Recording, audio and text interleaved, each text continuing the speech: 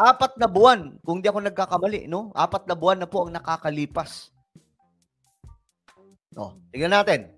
Season of great promotion with open doors, and that you would go and you would start speaking at churches, and you would have an anointing on you like the old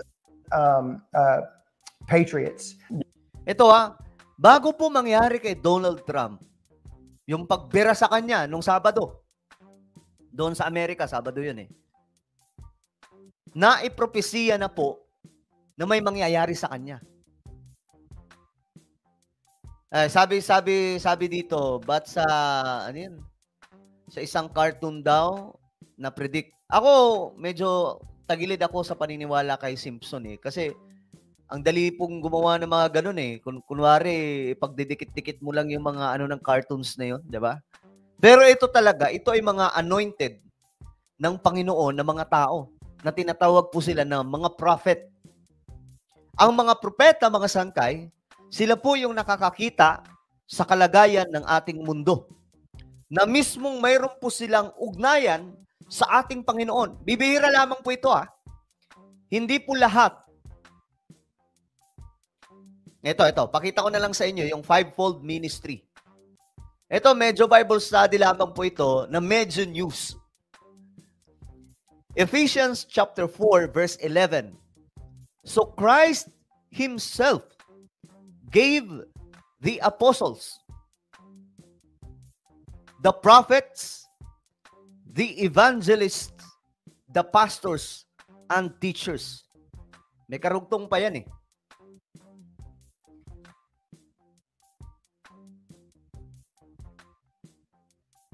Ayan.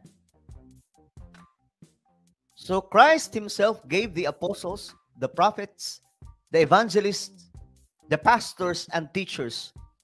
Anong dahilan, mga sangkay? To equip His people for works of service so that the body of Christ may be built up.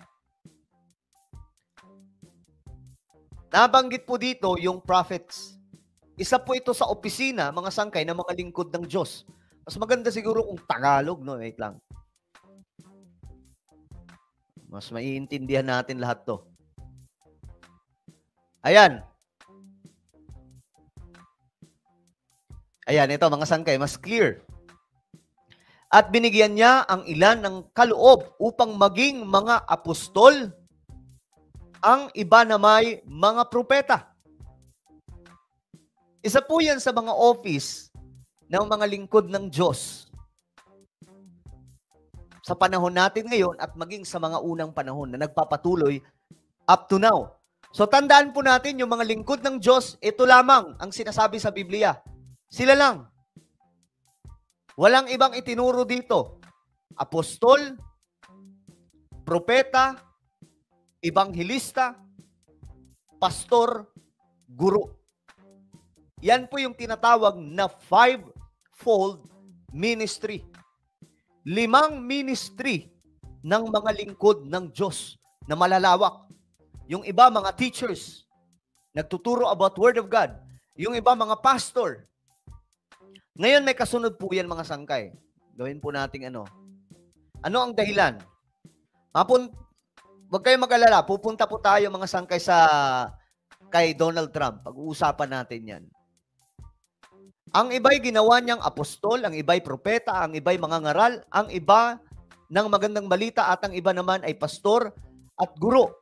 Ginawa niya ito para ihanda sa paglilingkod ang mga pinabanal at para lumago at maging matatag sila bilang katawan ni Kristo. Ayan wala pong ibang nabanggit dito na ministry, mga sangkay, kundi ito lang, apostol, propeta, which is, itong propeta, mga sangkay, ito yung tinutukoy ko, na mayroon po siyang gift na makita, mga sangkay, kung ano po ang nangyayari sa ating mundo, sa hinaharap. Kagaya po nito, nakita niya po yung mangyayari sa bansang Amerika at lalong-lalo na po kay Donald Trump. Pakinggan mo natin mabuti. You said you saw me as an old guy. Yeah, but was not necessarily an old guy. It was like a mantle of telling people in these old churches, like trying to reform America again. Oh. Nakita niya mga sangkay na mayroon pong gagawin ang Diyos sa bansang Amerika. Na ire-reform muli daw ng ating Panginoon yung bansang Amerika. Kasi for your information, kahit mag-research po kayo, okay? Kahit mag-research po kayo sa Google, pagdating sa kasaysayan ng Amerika, ang United States of America ay tumatayo sa ilalim ng kapangyarihan ng Diyos. Mula noon, kaya nga po yung pera nila mga sangkay, nakalagay po doon, in God we trust. Bakit? Ganyan po kamaka-Diyos noon ang Amerika.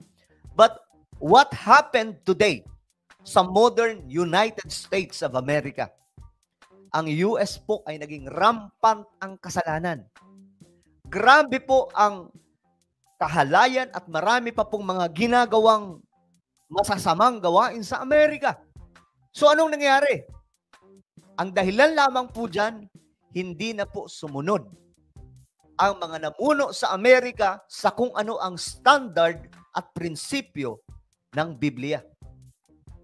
At may danger po dyan. Kapag ang isang bayan wala na sa Diyos, napapahamak. Ngayon, ito po yung kanyang nakita. Ito, pakinggan po natin kasi grabe yung mga binitawan niya po dito, mga impormasyon. Bringing back America. Because the Lord told me, He said, Because the Lord told me, sinabi po niya, I am not done with America. Sinabi po niya, mga sangkay, nakita niya, sinabi daw ng Diyos sa kanya, I'm not done with America. Hindi pa ako tapos sa bansang Amerika. May gagawin ang Diyos sa bansang Amerika. Yung ibang mga sangkay, I don't know kung maiintindihan nyo to, pero ang United States of America, sa kanila po nang gagaling ang napakaraming missionary pagdating po sa movement ng mga mananampalataya kay Jesus Christ. Sa US po. Kaya sa mahabang panahon, ang bansang Amerika ay blessed ng ating Panginoon. Di ba nga po sila yung nakakaangat sa lahat? Pero ngayon makikita po natin, ang US bumabagsak ng bumabagsak. At ang China, mga sangkay, umaangat ng umaangat. Ganun din po yung Russia. Ngayon, ang dating makapangyarihang bansa na Amerika ay pinagtatawanan na lamang po ng mga malalakas na bansa ngayon tulad ng Russia, China, at marami pa pong iba. Ano ang nangyari mga sangkay? Ang Amerika kasi, tama yung sinabi po ni Cheryl, ito, naging ala Sodoma at Gomora itong bansang Amerika. Grabe po, rampant po ang kasalanan sa US. Kaya, alam nyo mga sangkay, last year and even this year, marami pong mga bangko ng bansang Amerika ang nag-collapse. Sunod-sunod po yun. Dumating pa sa punto na 2 beses magkasunod nagkaroon ng banta ng shutdown ang kanilang government. Sa pamumuno po ni Biden, lalong naging rampant ang mga kalokohan sa US. Sobrang liberty, sobrang kalayaan na pumupunta na po sa kahalayan. Ngayon mga sangkay, eto na. Ito na ang sinabi po niya dito about sa Amerika. Kasi may ang tumbok niya dito, may gagamitin ang Diyos ng isang tao para i-reform muli ang bansang Amerika. He said there's going to be a new wave of patriotism coming out, and that's whenever I saw Trump, and I saw a red wave coming out of. Ito na, about na kay Trump ito ha. Michigan, and then I saw Oklahoma, and there was embers of people, and they were all on these. They had torches all throughout Oklahoma, and they were raising up these torches that looked like fire. Ito, dito niya mababanggit ng detalyado anong nangyari kay Donald Trump yung last Saturday. And they were bringing forth a new patriotism upon the nation. And it was being birthed, and it just kept spreading like fire. Grabe.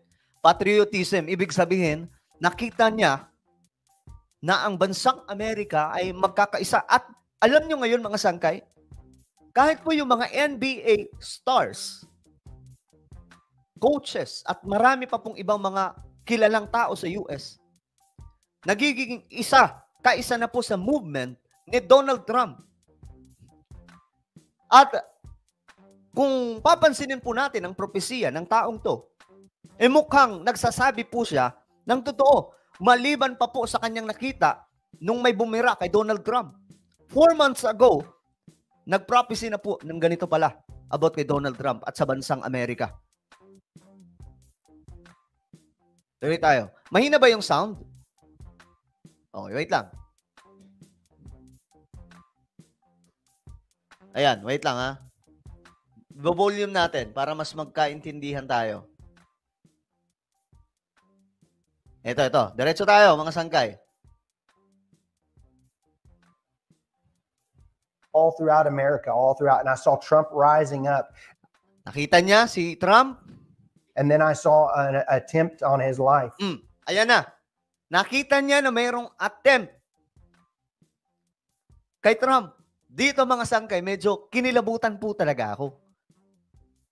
Ito yung kanyang nakita bago po yung mangyari nung Sabado doon sa US.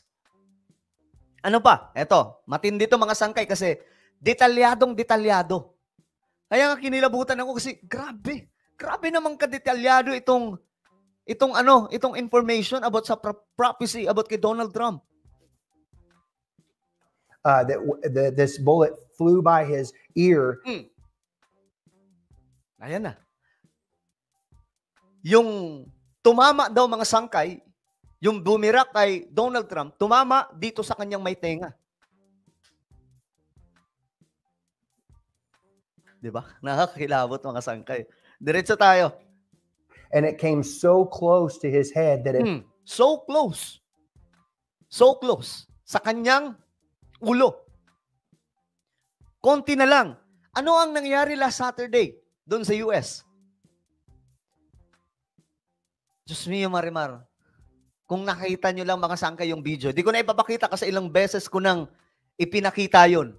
Ilang beses ko na na-vlog at na-live ko pa yan. Klaro, detalyado mga sangkay yung sinabi niya 4 months ago, March 14. Bago po mangyari kay Trump. Ulitin natin, mga sangkay. Trump, and I saw a red wave coming out of Michigan. Ito ha, ito naniniwala ako mga sangkay na mayroong talagang binigay sa kanya ang Panginoon na gift para makita po ang hinaharap. Grabe ka detalyado. And then I saw Oklahoma, and there was embers of people, and they were all on they had torches all throughout Oklahoma, and they were raising up these torches that looked like fire, and they were bringing forth a new patriotism upon the nation, and it was being birthed, and it just kept spreading like fire all Grabe, kinikilabutan ako mga sangkay. Throughout America, and I saw Trump rising up. Nakita niya si Trump? And then I saw an attempt on nakita niya na may attempt kay Trump? Life. This bullet flew by his ear. Dito sa may tenga, mga sangkay, sabi niya. And it came so close to his head that it... Konti na lang, tatama na daw dito sa ulo. Ngayon, balikan natin to. Eto mga sangkay, sobrang kinilabutan ako dito. Sa totoo lang. Ayun no? Mismo yung mga Christian, naniniwala sila na may divine intervention dito ang ating Panginoon. And even Donald Trump, ito rin po yung kanyang sinabi, na mayroong divine intervention kung paano nangyari. Ito yan mga sangkay. Crazy timing to turn his head to look at a screen. Hindi daw po ito, kumbaga, hindi po ito tsamba. Ito po ay, sabi dito, God determines when we breathe our last breath. Tingnan nyo ito mga sangkay, ha? Lumingon lang siya. Kaunti. Ito po, ha? Nakaganon siya. Lumingon ng kaunti, mga sangkay. Then, anong nangyari? Dito tumama sa tenga. Kung hindi po siya nailing ng kaunti, saan tatama?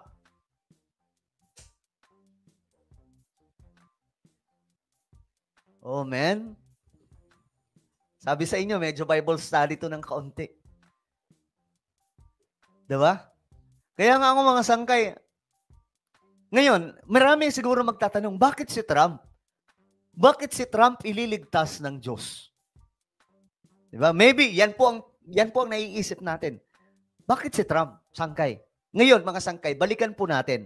Babalikan po natin yung ibang mga balita dyan, mga sangkay.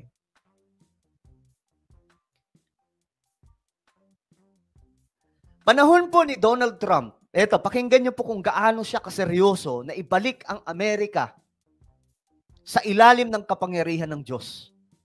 Ayan. Most importantly, Ito, 8 years ago, mga sangkay ha. I brought my Bible. Okay?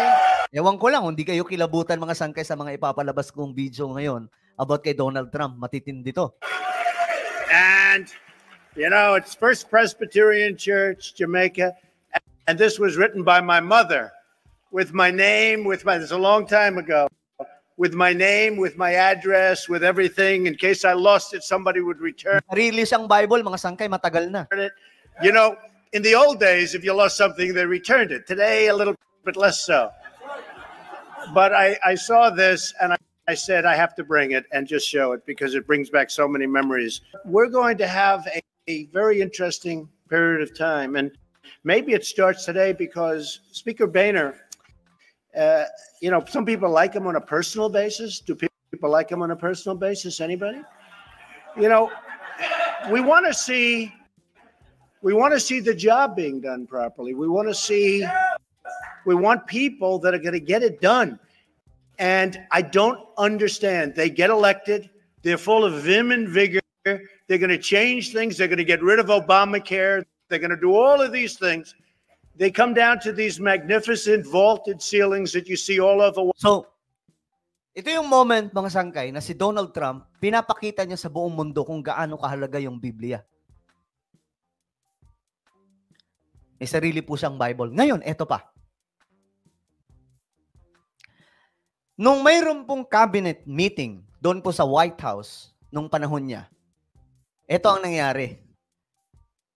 Nakot mga sangkay sa camera na pinagpa-pray muna niya yung isa po sa mga miyembro sa cabinet meeting.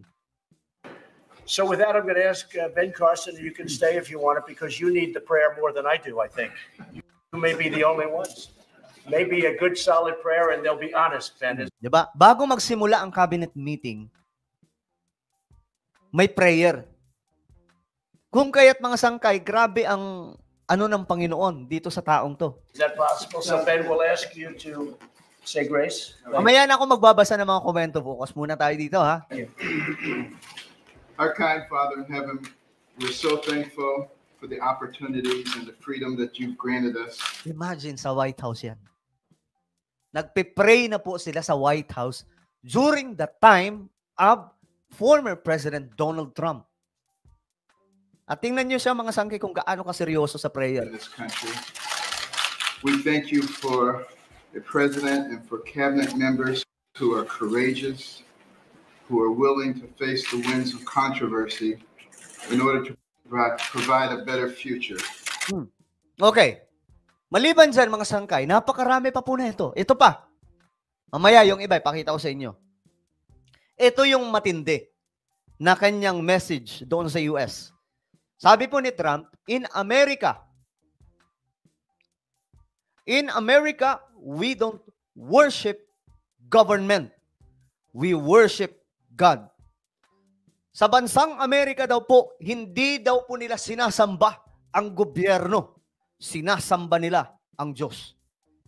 Yang word na yan, mga sangkay, malaking bagay yan sa isang leader. Kasi once na ikaw ay isang leader, ikaw yung nagli-lead sa isang bansa. Especially America.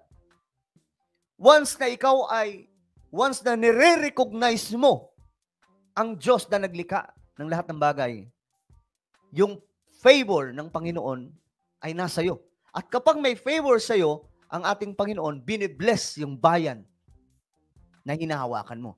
Grabe yung message na to. Medyo nakakakilabot ng mga sangkay kasi ito pala yung ginagawa niya nung leader pa po siya.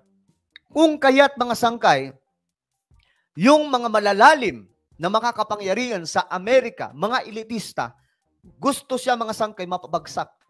Kasi itong taong to, grabe pala kalapit kay Lord. Grabe Eto. For too long, politicians have tried, have they tried, to centralize authority among the hands of a small few in our nation's capital. I see them all the time.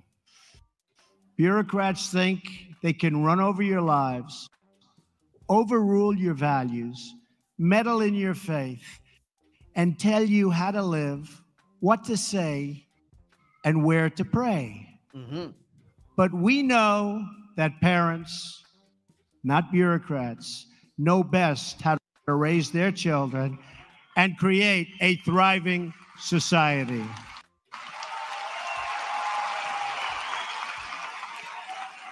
Dito nyo magagets, bakit pinag-iinitan itong si Donald Trump ng mga malalalim na elitista sa bansang Amerika na gusto siyang mapabagsak.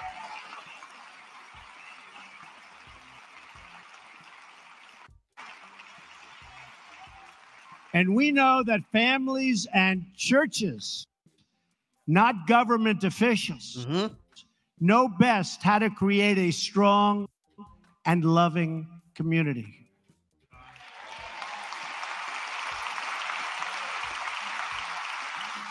And above all else, we know this. In America, we don't worship government. Ayan na. In America, we don't worship government. We worship God. Grabe. Nagtayuan po lahat. That is why, mga sangkay, yung favor ng Panginoon, nasa taong to. Lahat po ng mga kalikuan sa Amerika na mismo yung Hollywood ay ayaw na gawin ni Donald Trump. Pero si Donald Trump wala pong pakialam. Dahil gusto niyang mabalik ang bansang Amerika sa standard na mayroon po ang Diyos. Grabe, no?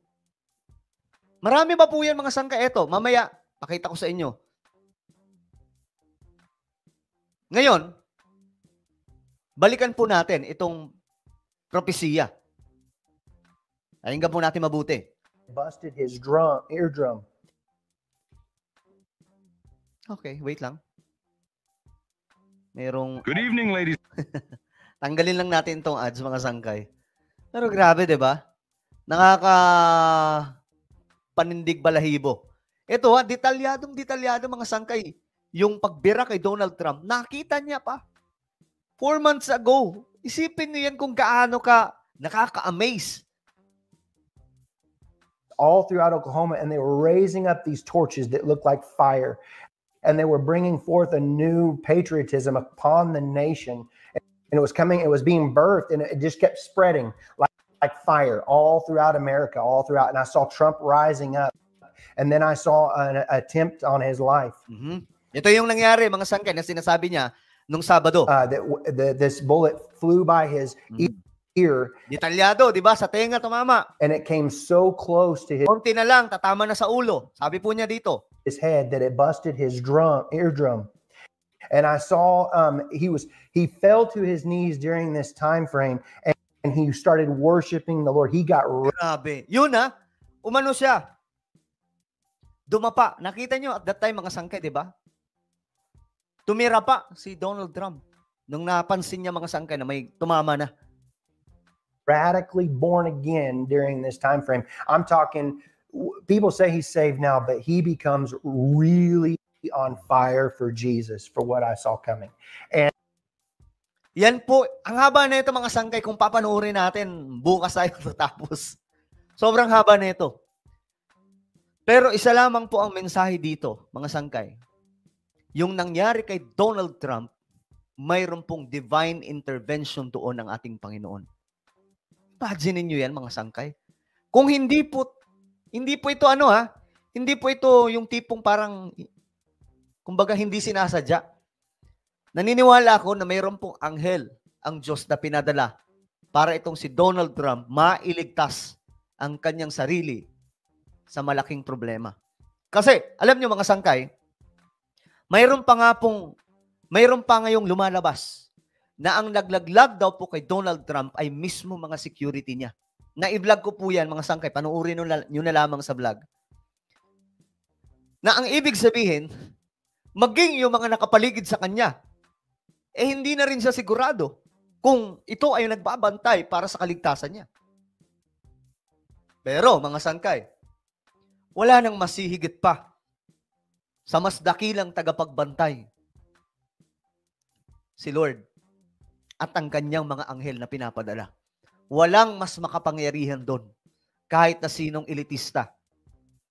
Ngayon, guys, eto, si Donald Trump pang sangkay ay nagpakita na ngayon. Kanina, ito yung first appearance ni Donald Trump simula po nung nadali siya mga sangkay nung Sabado. Ito. Makikita nyo dito, may ano pa siya sa tenga. Thank you everybody for being here tonight. Tonight we make the decision on what's right for America. Official na po siya ditong kandidato ng Republicans at ang dami pong nagkakaisa ngayon doon sa US. More prosperity. Tama yung vice-presidente niya dito, diniklara na rin po kung sino. Less gas prices, less food prices, help for our veterans, and God bless our military wherever they are in these United States. And abroad, there would be no wars. Ladies there wasn't and gentlemen, any when President Trump please was president. welcome the next President of the United States, Donald J. Trump. Grabe, no? Nakakakilabot, mga sangkay. Grabe ang taong to. Muntikan na talaga. If tomorrow all the things were gone, I'd work for all my life. First appearance, mga sangkay, simula po nung nadali siya nung Sabado. Thank my lucky stars to be living here today. Alam nyo kung The flag still stands. hindi siya tinalban ng Diyos nung time na yun, walang Donald Trump ngayon nahaharap dyan. And I'm proud to be an American, where at least I know I'm free. I won't forget the men who died, who gave that right to me. And I gladly stand up next to you and defend her still today. Cause there ain't no doubt I love this land. Guys, like nyo yung video natin ngayon, ha? God bless the USA.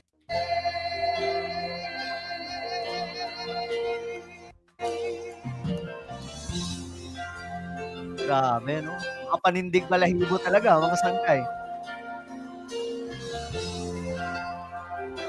We are here tonight in one purpose, and that is to elect Donald J. Trump as the next president of the United States.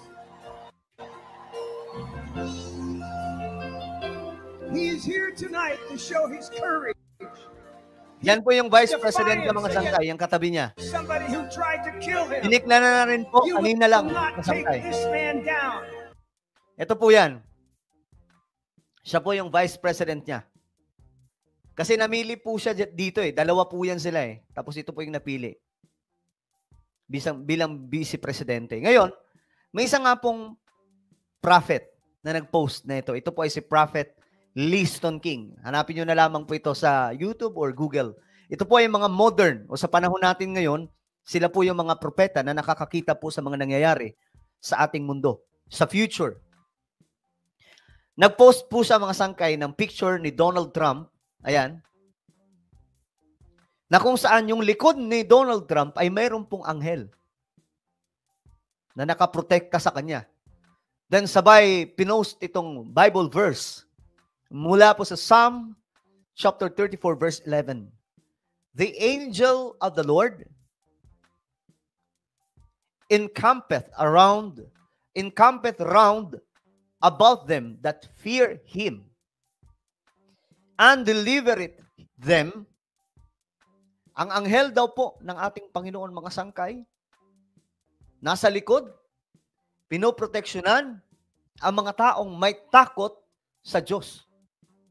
At iyan po ang anghel ng ating Panginoon, mga sangkay. Though hindi po natin nakikita yan, pero sa spiritual realm, kung tawagin, ito po ay may yung mga, halimbawa science, hindi po nila kayang ipaliwanag yan, mga sangkay, and they don't agree with that. No? Kahit yung iba, mga sangkay, matatawa, parang ang dating sa kanila is, katang-isip. But in reality, biblically, mga sangkay, sinabi po talaga yan sa Biblia. Ayan po, Psalms chapter 34 verse 7. Ang anghel ng ating Panginoon nandoon sa taong may takot sa kanya. At dinideliver, ibig sabihin, pinoproteksyonan, kinukuberan, at hindi hinahayaang mapahamak. So ang daming nag-comment dito, mga sangkay. Talagang, sabi dito, God definitely protected Ram. Thank you, Jesus. Grabe, no? Ngayon, mga sangkay, para mas dagdag, kilabot. Kilabutan pa tayo ng gusto. Eto, paano ni Donald Trump, very vocal si Donald Trump sa pagbabanggit kay Jesus. Which is, ito po yung pinakaayaw ng mga elitista. Alam nyo ba yun? Siguro naman, alam nyo yung tungkol sa Illuminati. Siguro naman, alam nyo yung may mga pinakamalalalim na makakapangyarihang tao sa ating mundo. Yung mga nagpapasikat, mga sangkay, sa mga tao, na bigla na lamang pong sikat. Yung pala, mayroon po sila mga sinumpaan sa mga elitista para sumikat. Sila po yung mga agent ni Satan Lucifer na kumukontrol sa ating mundo. Ngayon, si Donald Trump, ayaw po magpakontrol, mga sangkay. At eto, sabi dito, Trump says, Jesus Christ is more famous than him. Grabe ito, mga sangkay. Once na nire-recognize mo si Jesus ng ganun, grabe yung privilege. Grabe yung biyaya ng Panginoon sa iyo. Eto, tingnan natin. Masks, no masks, everything, you can do all you want, but you still need help from the boss. Grabe, no? You still need help from the boss. Sino yung boss na yan? We need help from the boss. That's what happened. We need help. Hindi niya po nire-recognize ang kanyang sarili bilang isang boss. Isa lamang po ang boss ng lahat. Si Jesus. Ito, pakinggan po natin.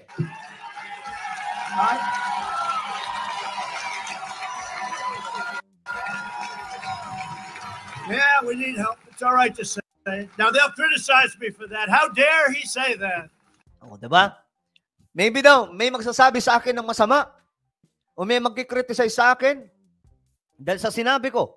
How dare he say that? No, I'll say it. Wala daw siyang pakialam, sasabihin ko to. I'll say it. I'll say it. Somebody said to me the other day, you're the most famous person in the world by far. I said, no, I'm not. No, I'm not. Hindi niya po, di ba? Sinasabi niya talaga, hindi ako yung sikat. Hindi ako yung pinakasikat sa buong mundo. May mas sikat sa akin.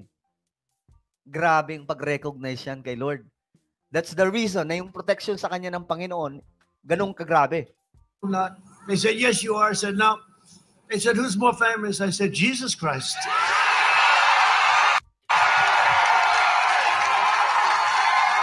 Only Jesus, guys. When we recognize the name above every name, ayon po sa Biblia, yung favor ng ating Panginoon ay nasa atin.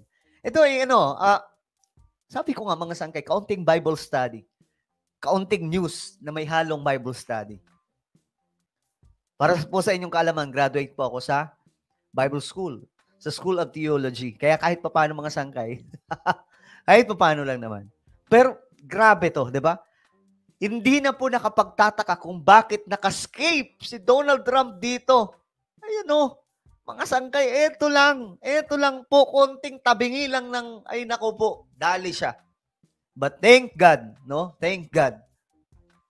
May protection ng ating Panginoon. Bakit? Bakit siya pinaproteksyonan?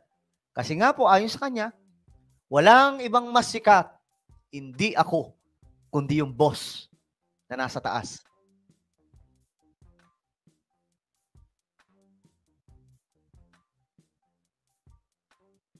You see that, guys? The president, the former president of the United States of America recognized the name above every name, which is Jesus Christ, na mas famous daw po sa kanya.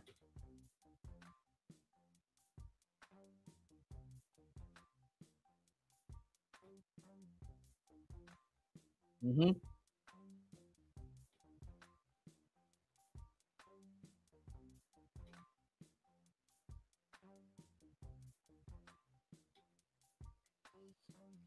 Ay, nako. Grabe, no? Ulitin natin ng part na to bago tayo magtapos.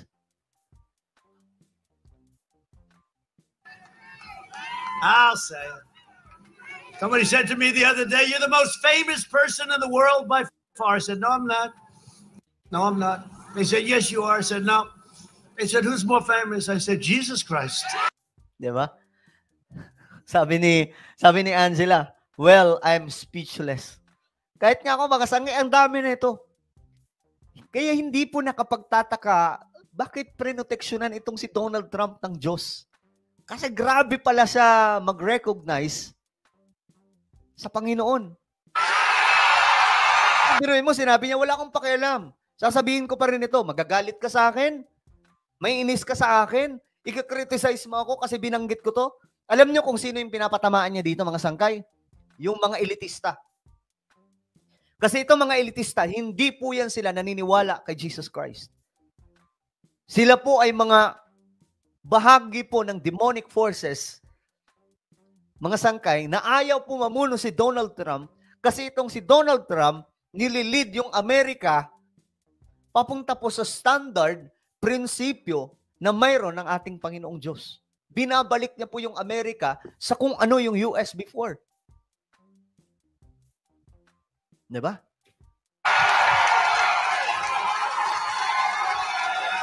Yung sinabi niya yan, nagpuri lahat sa Panginoon eh. I'm not taking any chances. I'm not going to have Hey, I'm not having any arguments. Jesus Christ. I'm not going to take any chances. I'll give it. Wala na, mga sangka, hindi daw po siya makikipagtalo. Wala siyang pakialam. Alam niyo, sino pa napakinggan dyan? Yung pinaparinggan niya, mga sangka, yung mga elitista, yung mga atheist, yung mga anti-Bible, yung mga ayaw sa Biblia at that time, mga sangkay, si Donald Trump, gusto niyang sabihin na, hey, kayong mga kumukontra kay Jesus Christ, kayong mga hindi naniniwala kay Jesus Christ, wala akong pakialam sa inyong lahat. Basta sasabihin ko pa rin na si Jesus yung pinaka-boss. Hindi ako. Sana mga sangkay, may ganun po tayo, no? How I pray na magkaroon po tayo ng presidenteng ganun. Na i-recognize ang ating Diyos na siya po yung boss ng lahat. Oh, eto. Sabi pa nga, mga sangkay, John 14:6, Jesus answered him, I am the way, the truth, and the life. No one goes to the Father except by me. Kaya si Jesus po yung pinakamataas na pangalan, mga sangkay, ayon po sa Bible. He is the way, the truth, and the life. So ngayon, mga sangkay, si Donald Trump, naniniwala ako na isinalba ng ating Panginoon sa matinding kapahamakan. I believe na itong taong to ay may divine intervention. Gaya nga po ng sinabi niya, mga sangkay, sa kanyang statement. Ayon po sa kanya, nakaligtas siya sa panganib dahil may ginawa ang Diyos. Hindi po biro pwede niyang sabihin na magaling ako pero nirecognize siya po ang Diyos. Sinabi niya, Diyos ang nagligtas sa akin kung bakit hindi ako napahamak nung Sabado. Well, grabe, no? Nakakakilabot, mga sangkay, kung iisipin itong nangyari.